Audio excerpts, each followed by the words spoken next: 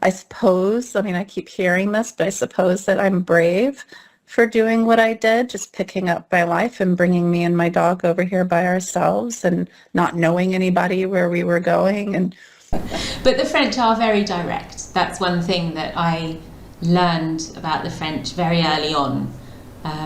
I've been living here for over 20 years, and it's one of the things I liked actually most, being from the UK. and then I wrote a thank you for letting me use the Wi-Fi. I'm so grateful. And I did all the translation thing and made sure I was writing everything properly. And then I noticed that the plant was put in the corner of the hallway with the note attached, and they completely disconnected me having access to their Wi-Fi. Hello and a very warm welcome back to Living Well in France. Today I'm talking to Denise Voy, who 3 months ago left the US for a brand new life in France with her little dog Fonzie. We had a wonderful conversation that I'm really looking forward to sharing with you today, covering things like surprising culture shocks, how much to bring with you, making new friends and how to meet new people, the stresses of travelling across the Atlantic with a pet, whether the French are rude or just direct, and the importance of learning the local language. So if you're thinking of moving to France and wondering what those first few weeks and months will be like, then this conversation is for you.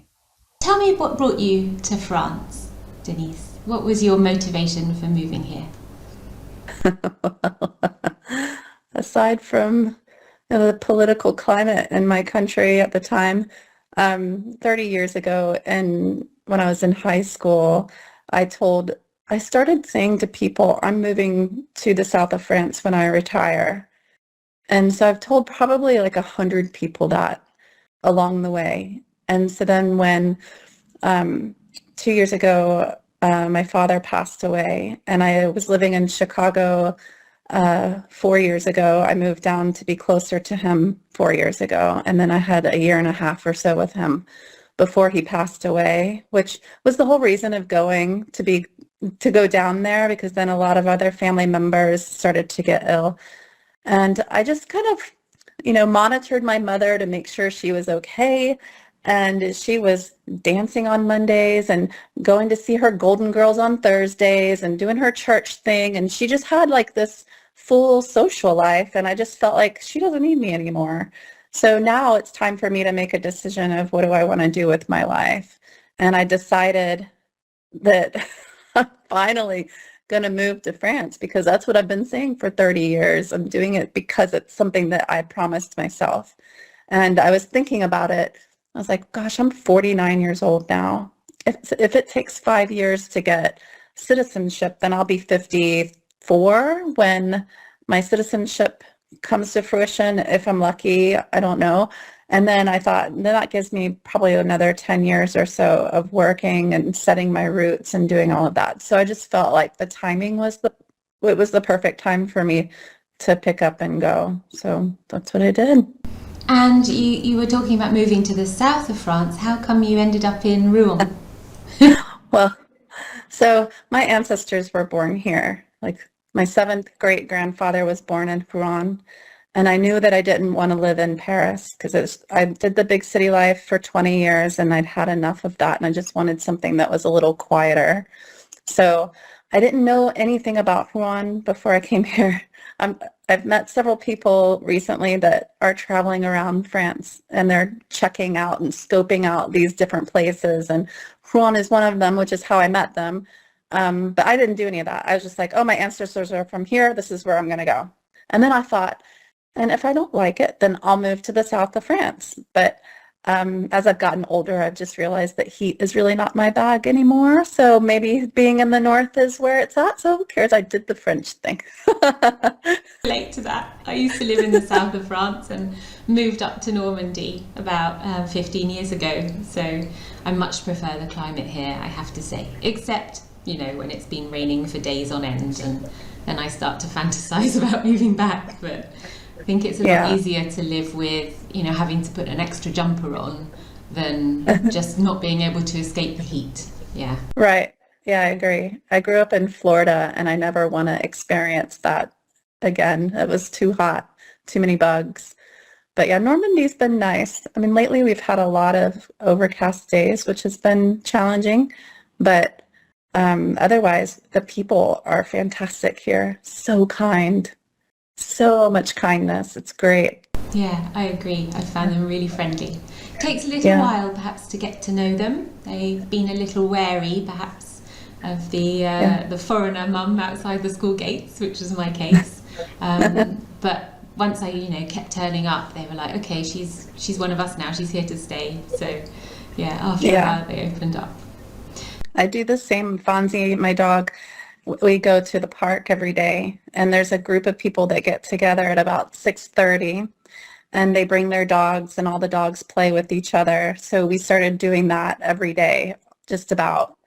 And so then after probably going for maybe 6 weeks, a couple of them started to finally talk to me. And and now it's become one of my favorite things to do every day. If I can, if right now I'm sick, but if I'm feeling healthy and feeling good and the sun is shining and it's not raining, then yes, absolutely, we're going to the park. I get to listen to the local people speak, and it helps me learn phrases sometimes because I'm like, oh, I learned pamal, which is not that big of a deal, but I didn't ever think about, oh, no, that's not bad, pamal.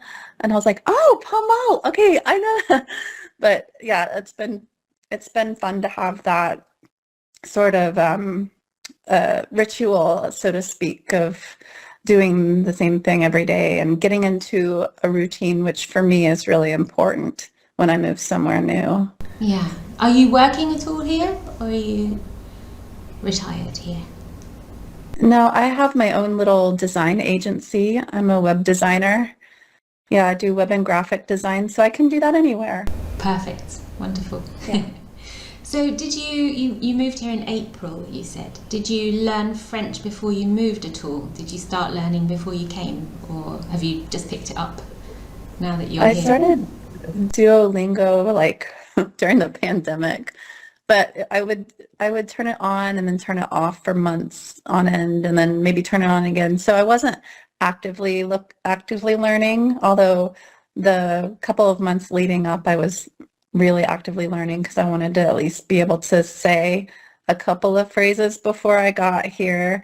But since then, every day that I go out, I learn something new. So I'm slowly and gradually increasing my French vocabulary. And I can tell a huge difference between when I first got here in April to now. Like my confidence level has gotten a bit higher because I've said the same thing so many different times.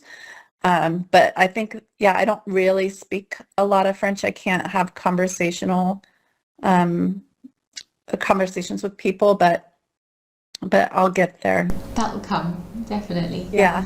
And do you have friends that are Anglophones in where you live? I mean, how do you sort of socially? It must be quite isolating unless you have an expat community around you, not being able to fluently speak the local language.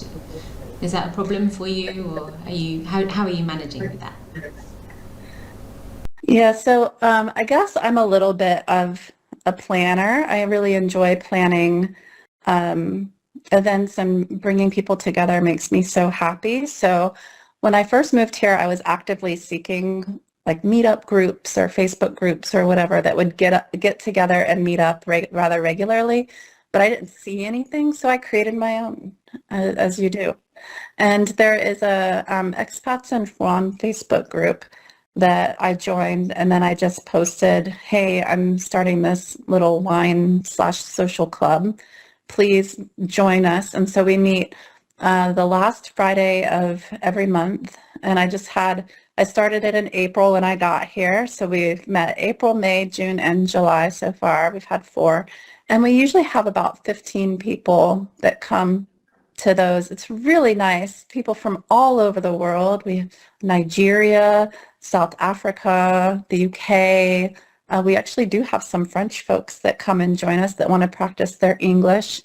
But I've met people from India, from Morocco, like all over the place. And so that's how I've been managing to get by without feeling the isolationism and loneliness that you get is by creating my own thing.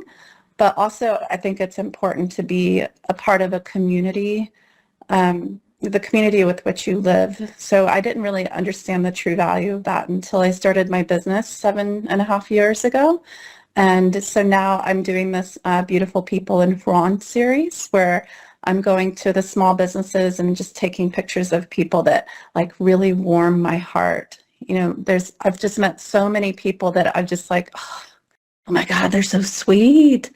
I have to tell their story. And so I'll take a picture of them and then I'll create a story and post it through social channels. And it's just a good way for me to connect with other small businesses in the area as well. And then I go back and say, hey, how's it going? And one of the girls said, Denise, that post that you did for me, I got a new client because of it. And I was like, oh my God, yay, that's working. Brilliant. That's so nice. Awesome. Like spreading positivity as well. That's what I've tried to do as well. So I can completely relate to that. That's lovely. And starting your own group. Perfect. I did the same when I had a baby here. I looked for a mummy and baby group because in the UK they're in every town and city, and there were none here in France. So I set, well, here where I live in Caen. So I set one up, and there lots of people came, English speakers and French people who wanted to speak in English. I called it Mummies and Babies, and I sort of advertised it in the local free press as somewhere to come and practice your English while your babies play and have coffee. And it was hosted at the local community centre for free. They were really supportive. Nice. Where do you host your wine? Sorry, go ahead. Oh, did you meet a lot of new friends through that group? My two absolute best friends today I met through that. Yeah, and I stayed in touch with some of the other mums as well. So yeah, it's really good. It's really good. It seems like we have to, as expats to other countries, like we have to be the owner of our own domain or whatever that phrase is. It's like if you don't see something that's happening, then make it happen. And I know that not everybody has the understanding of how to do that, but like if you have any questions, just reach out. I'm happy to help you figure it out. You can help them figure it out too. Oh, this place is lacking a wine club. You need to start one. Here you go. Here are all the tools you need. But yeah, it's fun. Well, we just go to a different bar every month. I just pick one. When I'm walking around, I'm like, oh, that looks cute. Maybe we can try going there. So we went to this really lovely piano bar once. That was fun. But we just try different places there's so many that are available and for us to pick and choose from. I will be going to Rouen for the first time ever. In August, the end of August, but only for about an hour. I have a train journey to Paris, and weirdly I have to go through Rouen because there's no trains left when I booked. It was the last minute. So I'm gonna go and look at the old clock. From the train station. Okay. I'm gonna go and walk to the old clock because I know it's very beautiful, and then I'm gonna quickly walk back to the train station, try not to miss my connecting train. So. Yeah, the Gros Horloge. It's beautiful.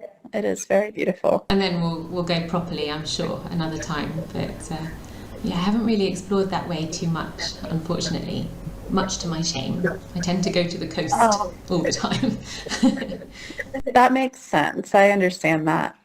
Yeah, I didn't really know much about Rouen, but I've learned about Joan of Arc now, and now I want to watch all the old movies about her because I want to learn more about her. But there's a history museum here that's really beautifully done. Like it's unlike any other museum I've ever been to. They have projections onto the walls, and like it's a story that they tell you, and depending what language that you speak, you can listen. They have it all translated, so that was really nice. No artifacts or any, I mean, there are some artifacts, but it's more about like the story, and then they walk you to these different rooms. I was blown away by the creativity and how they created that, like being a creative person like you, like just to see the visual arts in that kind of way, but you don't really think of it as visual arts because it's a museum, like a historical museum, not an art museum. I don't know. It was very, very neat. And then the city, they do the cathedral. They have also the projections onto the cathedral at night. So yeah, there's always something going on here. I hope you'll come and check it out for at least a day. So rich. The culture here is so rich, and so much is going on, and it's obviously so historical as well. I mean, you can Yeah. I've only started recently getting properly interested in history, and I can't stop now. Once you start, Is that your next YouTube channel? No, I'm going to stick with just the two for now. That's enough. Is there anything you wish that somebody had told you before you moved here that was a bit of a surprise, perhaps, that you weren't expecting, positive or negative? No, not really. I always go into these sorts of situations without any expectations, and I often believe that that's probably the best way to go. I did have this one experience though, and I'm understanding it's probably a cultural exchange or cultural difference. I stayed at an Airbnb when I first got here, and the Airbnb didn't have Wi-Fi, and I didn't realize that until I had gotten there. And the couple was so lovely. Like they have a small child, and the three of them came and welcomed me into the little Airbnb. But I asked them if there was a way that I could possibly get Wi-Fi because I have to work. And so she works in technology, and she was trying to think of ways that she could do it. And I said, well, do you think that maybe your neighbor would allow for me to use their Wi-Fi? And she knocked on the door, and the neighbor gave the Wi-Fi code, which was great. And I was so grateful, because then I got the call that no daughter ever wants to get. And my mom had had a stroke like 4 days after I'd gotten here. And if I didn't have the Wi-Fi, then I probably wouldn't have been able to find out. So anyway, I was very grateful for that. So I thought, I'm going to try to do something nice for this neighbor that that let me use the Wi-Fi. So I decided I would buy them a plant, like peace lily plant. It was a beautiful plant. And I realized not everybody likes plants, but I was just hoping that maybe off chance that this person would be like, oh, that was really nice. And then I wrote a thank you for letting me use the Wi-Fi. I'm so grateful. And I did all the translation thing and made sure I was writing everything properly. And then I noticed that the plant was put in the corner of the hallway with the note attached, and they completely disconnected me having access to their Wi-Fi. I wasn't expecting that. Why? I have no idea, but I could not help but laugh about it. I thought it was so funny. I'm like, what a weird way to respond to someone showing gratitude towards you for being so kind to let her use. And you never found out what had happened? No, I didn't really care all that much. I was just trying to do a nice thing, and if they didn't want to accept the nice thing, then not my problem. But I just felt bad for that person, because I'm like, to respond in that kind of way just seems interesting. I don't know. Rather mysterious. What does, maybe a peace lily, perhaps it has a significance that we don't know of in France. Perhaps, I don't know. Maybe I need to look it up online and see, is it offensive to gift a peace lily? You'd think not, wouldn't you, really? But, oh, how strange. It was a beautiful plant. I loved it. Now I have it here amongst like 30 other It was plants homeless that in the I've corridor. bought. Yeah, I'm like, well, if he's not going to love you, I'll love you. Yeah. That's okay. I'll give you all the love, and she's given me all these beautiful flowers, and she's been great. But yeah, it was a weird occurrence. And you haven't ever had a chance to speak to your neighbours since? Did they speak to you? Did they say bonjour if you crossed their path? Or did they seem offended? Yeah, no, I think I saw him the day I was moving out, and I was like, bonjour. And then he responded and said bonjour. But I've just noticed, like, when I moved into my apartment, like, I don't know any of my neighbors here, and in Asheville, where I was living, I knew probably most of my neighbors, but we also went through a hurricane together, so we kind of were forced to get to know each other. But prior to that, I knew them because there was a dog park. There was a place for us to go together, so you would meet your neighbors that have dogs. And then, oh, there you go. Okay. Then there were other like communal areas that we could go to have a barbecue or to go to the pool or stuff like that. They don't really have that here. Like there's no communal area in this building or really any of the buildings that I'm aware of where the people who live there can come together to get to know each other.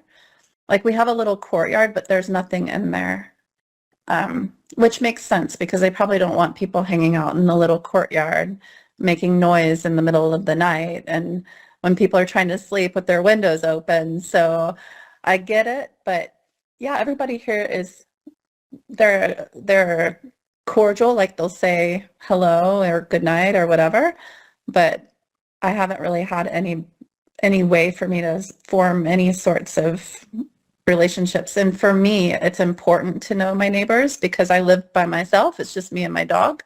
So if I don't have someone that's not checking up on me, then, what if something happens and I slip and fall? Then who's going to help me? But I don't know. I think that that's definitely a very different aspect to what I'm used to. Just being more open to meeting the people that live next to me. Yeah, I live in a close, so there's 5 houses all round together, and I was the one who initiated sort of dinners and drinks gatherings with us all.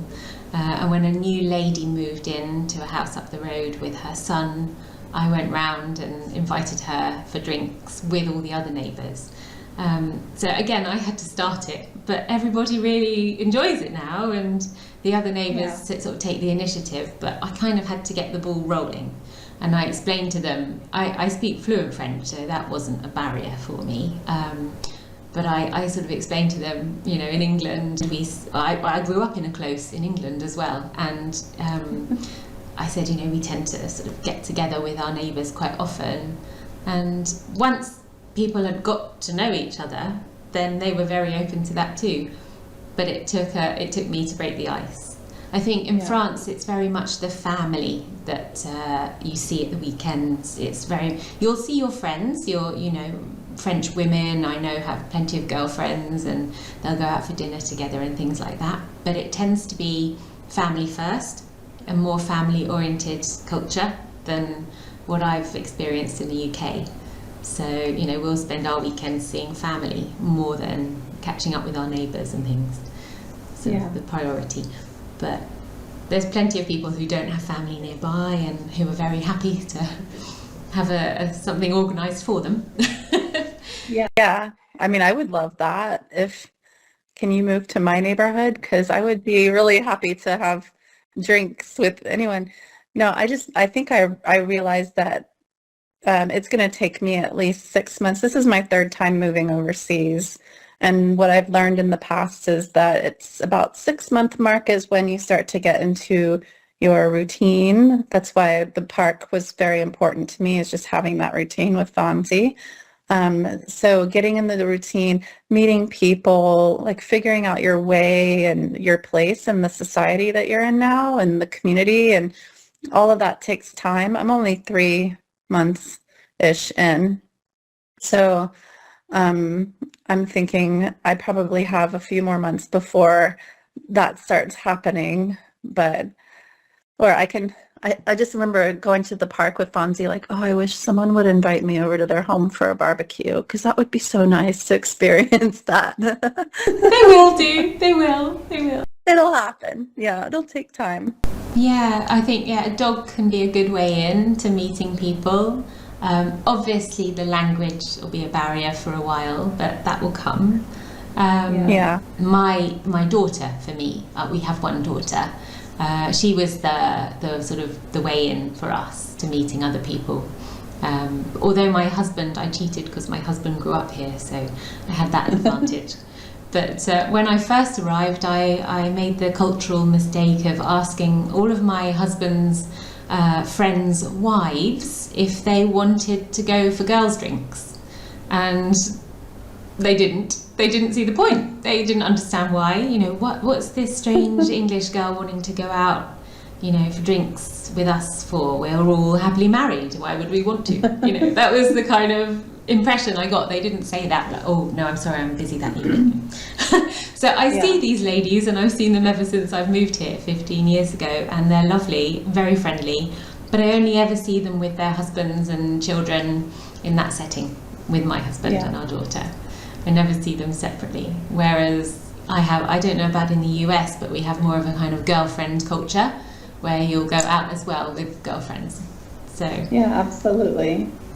but I did meet French girlfriends as well, with a much more open mind, who had travelled, and I met them through OVS. Have you heard of On Va Sortir?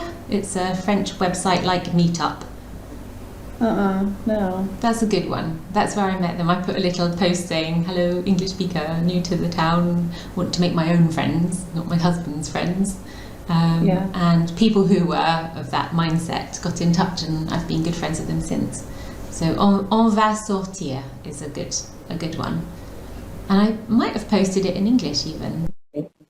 How do you spell it? ONVA, new word VA, and then sortir, which means to go out. Okay. So that's a good one. But also Meetup is try good that. too. Have you Is it? have you been on any Meetup groups? I looked at Meetup, but I don't recall seeing anything that was particularly enticing. I went to my very first last night. Just out of look curiosity. Yeah. I feel like it was like technology related stuff, like business related type meetings. A lot It is wasn't, online, yeah. A lot of it yeah, it is wasn't online. like a social, I didn't see a whole lot of social things, but there's, I don't know, I think there's some Facebook groups that would be good. I just haven't found them. I do know that there's I guess an expat group that meets up on Tuesdays, but I'm told they're a very young group, and which is fine. Like, I don't care. It's just for the fun of it. But they meet up at 8:30, and I'm an old lady, and if I'm not out of the house by 7:30, I'm not going anywhere. So I haven't made it there yet, but someday You're not I an told old myself, lady. You certainly don't look old to me. it's what I feel on the inside, Jane. I'm just kidding. No. I was saying the exact opposite last night when I was out at this meetup group. I thought I'll go along because there was only one group that was not virtual on the meetup website in Com here, and it was at the Irish pub. And they said every Monday night at 8 o'clock, we international group of people meet to talk. So I thought I'll go along. And they were so friendly, so friendly, really all ages, all walks of life, mostly French, who wanted to practice their English. So they were quite pleased an English teacher turned up. But I didn't particularly want to just feel like I was doing English lessons. So I kind of gravitated to the fluent English speakers, and then we'd sort of move into French and back into English. And one of the French girls, who was 20, came straight to me and she said, "How old are you?" I said, "Oh, straight face. Vous avez quel âge?" I was like, I didn't really want to say. But I told her my age. I'm 40. I'm about to turn 44 this week. And I said, but I said, in my mind, I'm much younger, so don't judge me on my age. And she was fine. I think she was just trying to sort of gauge, people. I heard her asking other people as well later on in the evening. I thought, you don't do that. I told her later when I'd got to know her a little better, I said, you don't ask a lady of a certain age her age. Yeah. Yeah, there was a guy who did that in one of our meetup groups that I planned. And I had that discussion with this woman that was sitting next to me in France. And I'm like, she's from France. And I was like, maybe this is a cultural thing, but where I come from, you don't ask women how old they are. And she was like, yeah, you don't do that here either. I was like, okay, good to know. But it was interesting. The guy was just asking, how old are you? And I was like, it was also like kind of like what you were saying, it was very abrupt, and I was just like, whoa. I don't really want to say. My mom would always say, "Are you writing a book? Leave this chapter out," if she didn't want to answer the question. But of course that would be rude, so I couldn't say that. It was good to have a prepared answer, but sometimes these questions are so surprising you don't have anything ready to say. I always think of lots of good answers after the occasion, of course, but Yeah, same. but the French are very direct. That's one thing that I learned about the French very early on. I've been living here for over 20 years, and it's one of the things I liked actually most, being from the UK. We'll think all the same things everybody thinks, but we'll never say it to your face. Whereas the French will say what they think, but they won't enter into a sort of confrontation with you about it. They'll just state their opinion. And I found it really refreshing, because then you move on, the conversation moves on, and you don't feel that, just because you don't agree on something, or because somebody has, asked you a direct question, that's it, you can't really relate to that person anymore. No, they'll state their opinion and you can state yours, and then you can talk about something else, and it's all okay. Yeah. I love that. I remember I lived in the UK as well, and it was hard for me to adjust to the tiptoeing, because Americans in general are just very direct, and we say what we mean what we say. And then in the UK, I was helping my boyfriend at the time, his aunt, move out of this apartment she'd been in for 20 or 30 years into a new apartment. And I asked her, I said, what do you think if we just focus our energies on getting the kitchen emptied out, and then we can close that door, and then we can move to a different room and then close that door? And she thought that it was too direct and it stressed her out. And so I was like, oh, I was in my early 30s at the time, so I was learning how to communicate well, but now I know how to put a little soft barrier on things sometimes. But every once in a while, I'm very American, and I don't like, here I've learned that there's polite ways of saying things, especially with the vous format. I'm not quite well versed on that, so I think sometimes that maybe when I do try to say something, I'll forget to say s'il vous plaît, or I'll forget to say madame or monsieur, or because I'm not used to speaking in that way. Of course, I'm used to saying please, but like madame and monsieur, that's different. I'm not used to saying madame Jane. Madame formal to us, doesn't it? Bonjour, yeah, madame. It's rather formal. Yeah. But I think that's something that you were asking earlier that you didn't expect.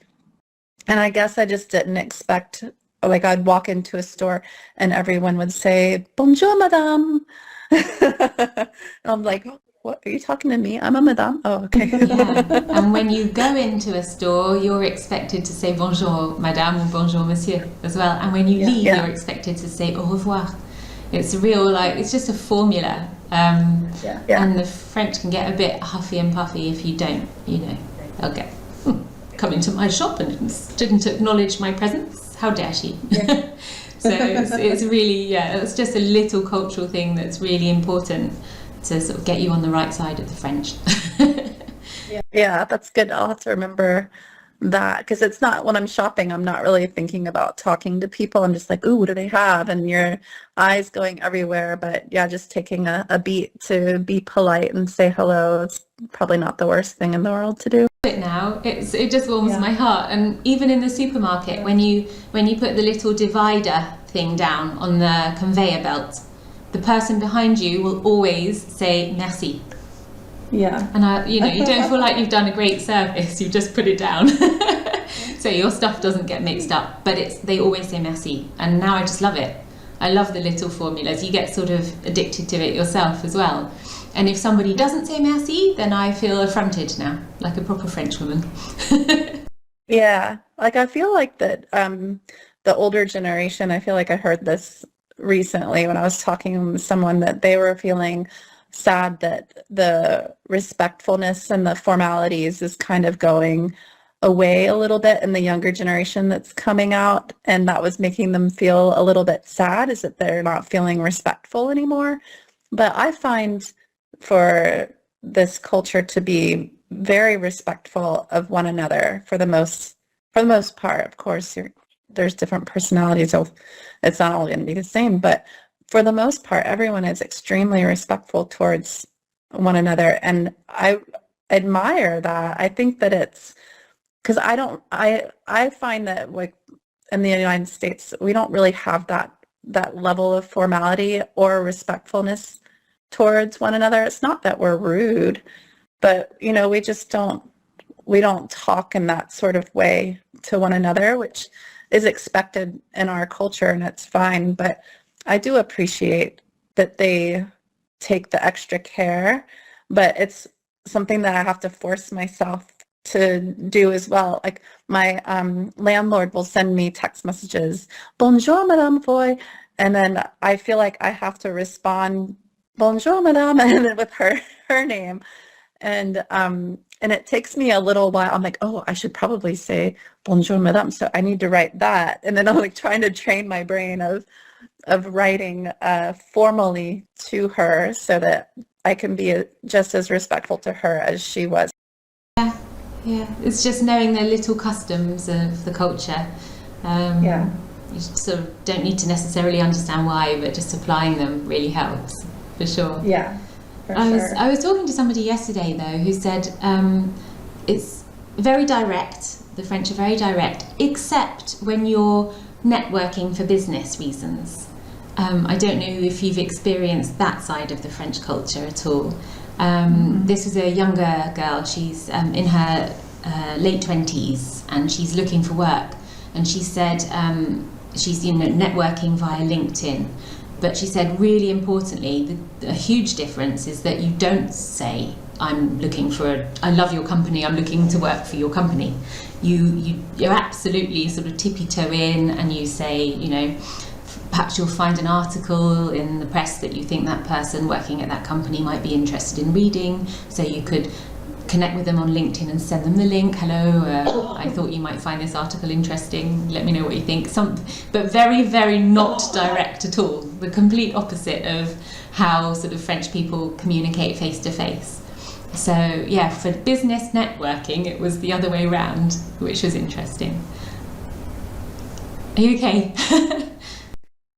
I'm so sorry. I've caught this cold, and all of a sudden I'm just having the cough attacks. But yeah, I don't know, because I'm not allowed to have French clients. I'm on a VLSTS visa, so 12-month tourist. But I am allowed to work while I'm here servicing my clients in the United States, or wherever. I have some in the UK as well. So I haven't quite gotten to the point of networking, so I'm not really sure what that looks like, but that sounds interesting. Excuse me. It also sounds like advice that I was given ages ago when I was looking for work. Like, if I wanted to get into a business, then send an article or something to them and say, hey, I saw this and I thought of you, just to keep you top of mind for them. So yeah, it's not a bad idea. Yeah, and it's also very much about who you know rather than what you know. There's a huge amount of, a bit of nepotism is quite common as well in France, and just, your network is so vitally important if you're looking for work. So, but I think that kind of goes across the board. But Yeah. I was going to ask you, before you moved here, had you travelled to France before? Had you visited in the past a few times, or was it really just a dream that you'd had for a long time?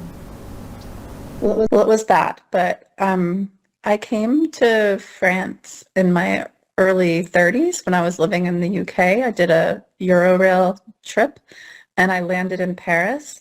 And I met up with two of my friends that I had met in London, and they were probably 5 years in their relationship, but you would think that they had just met. So whenever I was walking around Paris with them, I was like, love is in the air in Paris. But I think it's because of the two of them. Like, they were just so in love with each other, and they still are to this day, I got to see them a couple of weeks ago when I was there. And then Or are they? they're both French. Both French, Yeah. okay. Yeah, they're so cute. And then I went in my 20s to Nice very briefly before going to Monaco. And that was it. One time in Paris, one time in Nice. And that was that. Yeah. So the rest of, I think one of the questions that I had when I got here to myself, because I find that when I travel, I start asking myself a lot of questions, like deep internal questions. And one that was coming up is, what is a dream exactly? Because my dream of coming here, I did that. And then I got my dream apartment. So I've done that. But then like once you start living in the dream, then you're like, well, was this really the dream? Because now I have cars that go by pretty much all day, all night. There's a recycling thing for glass, and like, so it's not like, this peaceful time that I'm sitting here. And then there's students that live all around me. Those things were not part of the dream.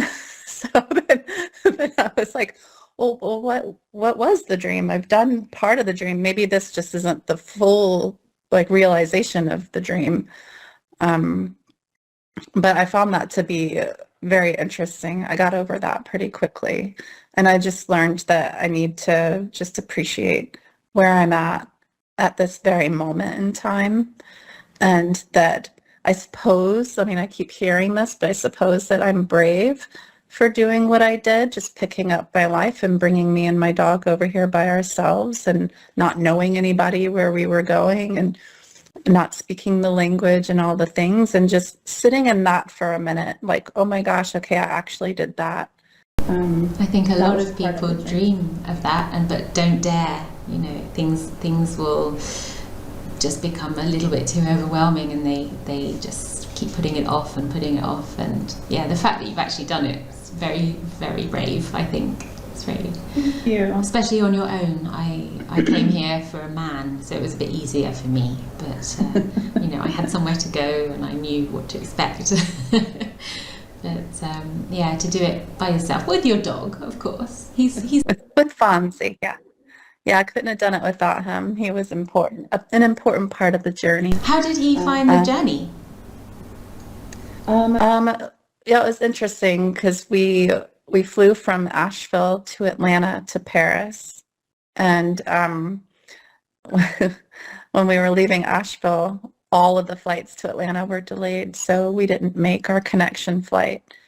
And I guess it was a blessing in disguise because my cousin lives in Atlanta, so she was able to pick us up, and we got to stay at her house for the night, and Fonzie didn't have to be in his bag for 16 or 18 hours or whatever. So then when we got to Atlanta the next day, straight onto the airplane, straight to Paris. And he did such a good job staying in his little bag. And he started to get a little anxious maybe in the last 45 minutes or so of the flight. But then once we got to the airport, I was trying to get, he's pee pad trained, so I put a pee pad down at the restroom, and he was so scared and nervous, he didn't know what was going on, so he didn't go pee. And I'm like, I know you gotta go pee. So then my friend, thankfully, she lives in Paris, and she picked me up at the airport. And so then we're frantically driving around trying to find a place for Fonzie to relieve himself. And we finally found this place, and he had the longest pee.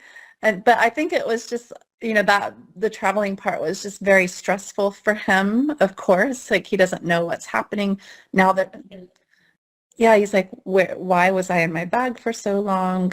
And then probably wondering, where are we? And all of these new smells, because I imagine the smells are very different with the quality of food that is eaten here with pets. Even just the smell of that is probably different, or rubbish smells different. I don't know, everything probably smells different, so he's just like everything everywhere. Sensory overload. What breed is he? He's a little Yorkshire Terrier. Ah, can we see him? Is he around, or is he having a nap? Yeah, I'm gonna go fetch him. He's having a little bit of a nap, but oh, But he doesn't mind if I bug him. Aw. Are you gonna say hello? Say Oh, hello. Boy. Oh, bless him. He's really cute. Thank you. I So, love him. how long was the journey all in all for him? So it was an 8-hour flight. Thank you, buddy. And then we got through customs really quickly. So I guess it was an hour at the airport prior, and then and we just went straight through. Whereas the day before, I had to show all of this paperwork because you have to get a USDA approved certification in order for Fonzie to travel. And that whole process is so incredibly stressful because you have to go to an appointment at your vet 10 days prior to flying out. And then you have to rely on the USDA to give you the paperwork that you need right before your flight comes. So that's a 10-day time period. And I'm just like, oh my God, how is this going to happen? Everybody at the USDA is getting fired. How am I going to get this certification? Like, I was just so nervous, but thankfully it all worked out. He got the paperwork. Was it all online? Was it all done online? No, so you have to go to the vet, and the vet has to submit the paperwork on your behalf. It's really expensive to do. I think I paid $500 and something for it, for the vet visit and for the paperwork. And so then they told me that it used to be that they would have to FedEx the paperwork over, but now they can send it electronically. But then they FedExed me my paperwork. So I'm like sitting there anxiously waiting for FedEx to deliver this package. And then a few days later, I received it. And so I had maybe like 3 days or so, but I didn't know anything about the paperwork once I had it. So when we were at the airport in Asheville, the lady didn't know how to process an international pet. And so that was a whole thing. So then whenever we missed our flight, our connecting flight, the lady in Atlanta said, oh, she didn't process his paperwork properly, so she fixed it for me. And then I'm asking her, well, because I had to go 10 days prior to my flight, and now is my flight, and now I'm delayed a day, am I going to get to France and then they're going to reject him because my paperwork's no longer active? Because it expires after a certain period of time, but I wasn't sure what that period of time was. Like, there was so many questions. I started breaking out in hives, no joke. And I was just so stressed. And so it ends up like when I went back to the airport the next day, I didn't have to show the paperwork again because I'd already checked in for the flight the day before when I showed them all the paperwork. So that was just made it so much easier because then we could just go to the gate. They had everything they needed at the gate for Fonzie. They knew he was going to be here. But I was on Delta, and Fonzie's carrier did not fit underneath the seat in front of me. So that became a whole other thing where I'm just like doing my breathing exercises and trying not to have a panic attack because the whole plane was just full of people leaving the United States. It was packed. I think there may have been 3 seats on the whole plane that were not filled. And so the manager came to me and told the guy that sat next to me that there was another seat that was closer to the front that had more leg room, if he would be willing to move up there. And he was like, I guess so. You know, he seemed very French about it, you know, that attitude of like, but I was so grateful that he did it because then I got to put Fonzie in the window seat. And Oh, bless him. He got a window seat. yeah, well, he had still had to be on the floor, but you know, she said that the problem with putting him on any other seat is that if there was an emergency and they did have to evacuate, then his bag could possibly get in the way of people trying to evacuate, which I understand, but you know, I would not leave the bag there. I would not leave him anywhere, but it totally made sense for safety purposes. So so yeah, I think it was a very stressful journey, but once we finally got here, and then, sorry, oh my gosh. Then I get through customs and I'm thinking, oh, they're going to want to see all of this paperwork for Fonzie. They didn't ask for anything. They just asked for my passport. They stamped it and I was on my merry way. And I'm like, wait, they're not going to ask to see, to double check that he has all the things. No, they didn't ask for anything. And my friend in Spain had told me that that had happened to her when she arrived with her dogs in Spain. And she's like, hopefully it'll be that easy for you too. So I was just hoping that they weren't going to ask for anything. 'Cause it was just added stress, not speaking the language and not really knowing, but it was totally fun. Yeah, Perhaps they knew that you coming from the States, you would have had to have all the paperwork in order to be able to get on the plane. Perhaps. Yeah, maybe that's what it is. They did their It would have been really nice to know for sure, though. I'm sure if you know, whilst you were on your way, just to know that it was all over and that you could start relaxing. You didn't have to worry about customs on the other end. I know. I ended up writing a Substack. It's Fonzie et moi is my Substack, because there's all of these things that I wasn't expecting or that I didn't know. And that was one of them. And like also after you're here for 3 months, you have to go to a medical appointment. I had no idea what to expect for that. My anxiety levels were relatively high. I wish that I had had somebody that could say, oh, it's no big deal, and just give me more of managing expectations of what that process would be like. So I just decided I'm going to write the things because I think that they'll be helpful for people who are trying to make their way over. And is there anything else you'd like to share with, fellow Americans that are planning a move to France? I see so many people writing about whether or not they should bring their life with them, all of their belongings and everything. So what worked for me is that I just sold everything before I came over here. I don't have attachments to things. I have more attachments to memories, or maybe like photos of those memories. And if I really am going to miss something, I'll take a picture of it so that I always look at it if I need to. That's such a good tip. Yeah, I would say that I did keep some things. Of course, I had some things in storage that I was trying to sell before I came here. And then once I got here, I found that furniture is relatively reasonably priced. Like there's a website called La Redoute, and they have a lot of really great selections if you're just looking for, they have different price, like a table can be anywhere from 150 euro to 3,000 euros. So there's like this big price range because they're like a conglomerate / marketplace, I would say. For all these different businesses to sell their items on the site. So I would say check out that website first. And then the things that cost a lot of money here are bedding. So I had my mom ship my duvet. I have a all-season goose feather duvet or down duvet. And my pillows that I spent a lot of money on because I already had that stuff, and to buy that stuff would be more expensive than it would be for me to just have my mom ship me a box. So I used my baggage, and they were great. You can ship up to 60 pounds with my baggage. They ship via FedEx. I've heard they use DHL depending where you're at.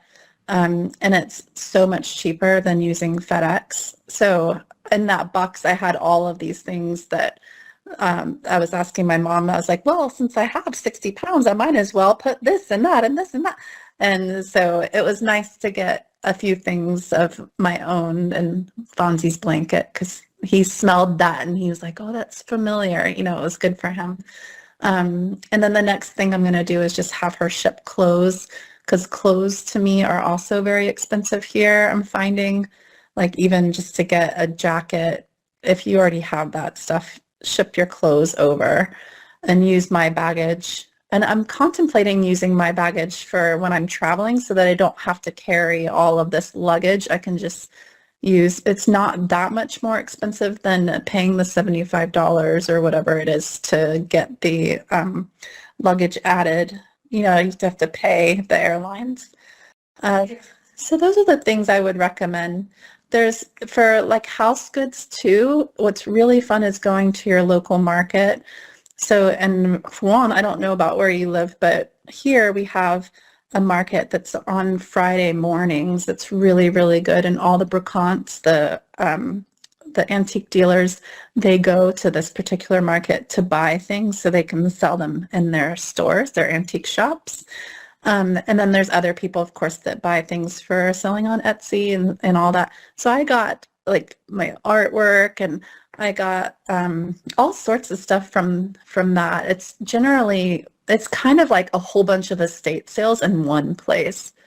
But I would recommend doing that because that's kind of fun. Then you get to buy things really cheap. Like my friend got some Le Creuset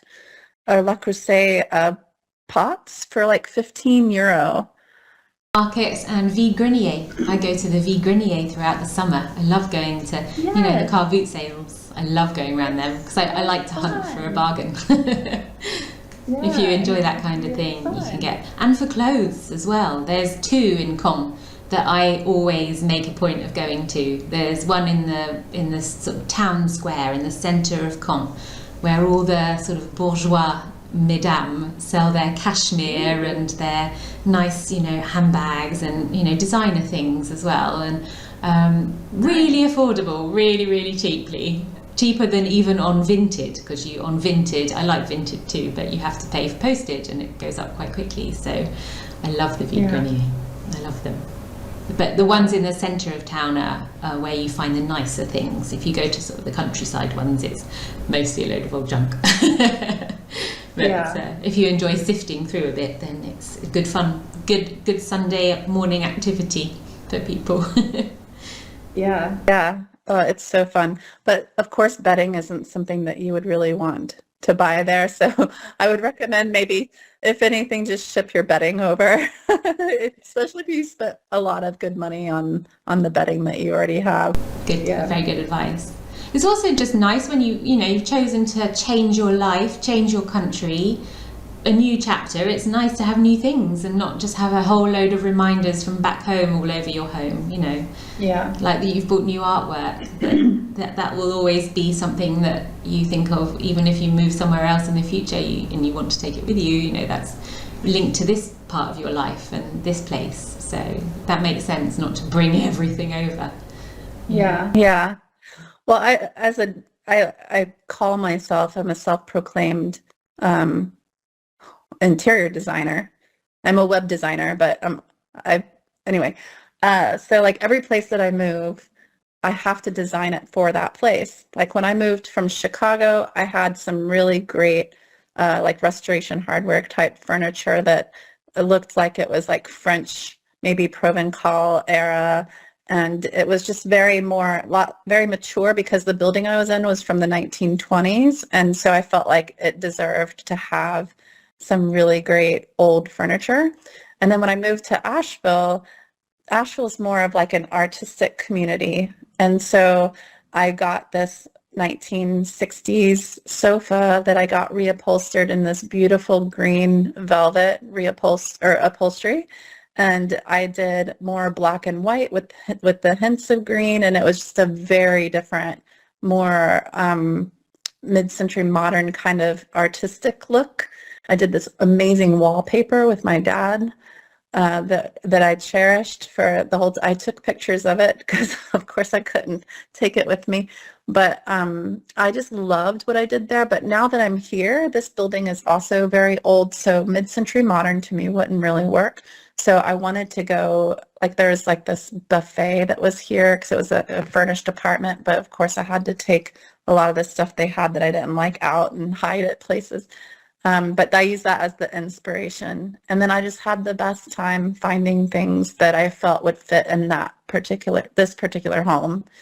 And that's what I think that it's like when you move into other places, especially into other countries. Like you rediscover a different style that you might have that could be really fun to do. I know some people probably get stressed out buying that sort of stuff, but I know they can find people that love to do it. So they can help them and give them ideas. It's not a Do you do that for people, or is that more of something you just do for yourself, the interior design? Is that a service you offer for people? No, I don't really do it for people. I would be happy to help people, but I take it really, to me, it's super personal, like the things that you put into your home. And so if I was to help someone, I'd really have to get to know who they are and understand what it is that they truly like, because like I could pick things that I really like, but they might not really like it. And so it's very, I don't know, it's very personal. I haven't quite gotten to that level of trying to help other people. I've had people ask in the past, like men, because they're like, I don't know how to design my bedroom. Okay, well, let's come over. I'll zhuzh it up for you. What's my budget? I'm expensive, so make sure you give me a decent budget. A lot of fun just spending someone else's money on their interior design. Yeah, wouldn't that be the best job ever? Oh, it was really lovely talking to you today, Denise. Thank you for sharing so much of your experience. I think people will find it really helpful. I'll share it on my channel for sure, and see what people have to say. Perhaps they might ask you some more questions, so I'll send you the link to the video, and if you can just look from time to time, there might be sort of people asking you for advice because you've been through it, and so recently as well. So I think that could be useful for people. Well, thank you. I appreciate you taking the time to reach out and to chat with me. When I eventually come to Rouen, I will get in touch and we can go for a glass of wine somewhere. That would be really nice if you're up for it. Please. I'm always up for a glass of wine. That would be lovely. It would be very nice. I've really enjoyed talking to you today. And I hope you feel better soon. Thanks so much. Okay. Take care. Take care. Bye-bye. Bye. Bye. I hope you enjoyed listening to our conversation today. Don't hesitate to head on over to Denise's Substack called Fonzie et Moi, where you can read some super interesting articles all about her new life and settling in here in France. This summer on my channel, I've been sharing a lot of podcast material with you, interviewing experts on relocating to France, and today, listening from somebody who's done it recently.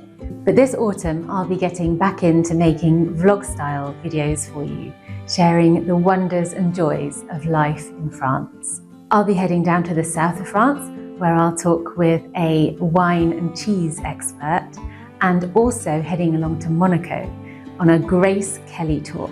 So I'll be sharing all of that with you very soon. Be sure to like and subscribe if you haven't done so already. Subscribing is completely free and it really supports this channel and helps more people to access it. Until next time, à bientôt!